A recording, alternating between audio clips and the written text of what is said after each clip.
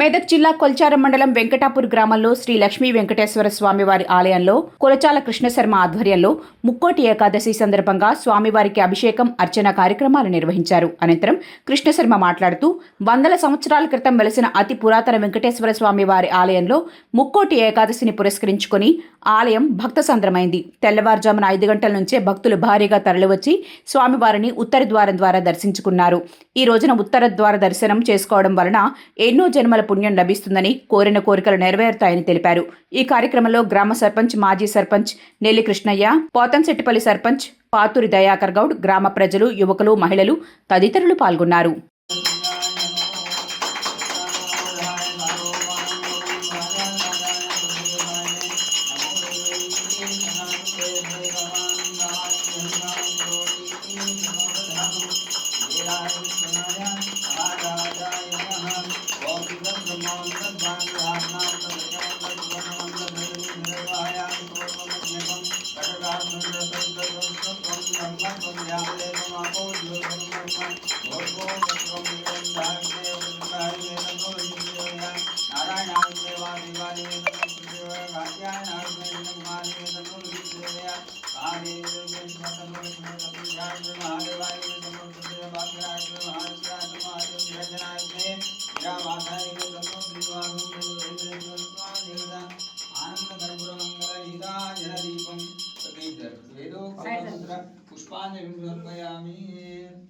వైకుంఠ ఏకాదశి సందర్భేన ఆనంద కర్పూర మంగళ నీరాదీపం వేదోక్త పుష్పాంజలిశానాం సర్వవిద్యానామీశ్వర సర్వభూతానాం బ్రహ్మాధిపతి బ్రహ్మణోధిపతి బ్రహ్మ శివో మేస్తు సదాశివ ఆనంద కర్పూర మంగళ నీరాదీపం వేదోక్త పుష్పాంజలి సమర్పయామి.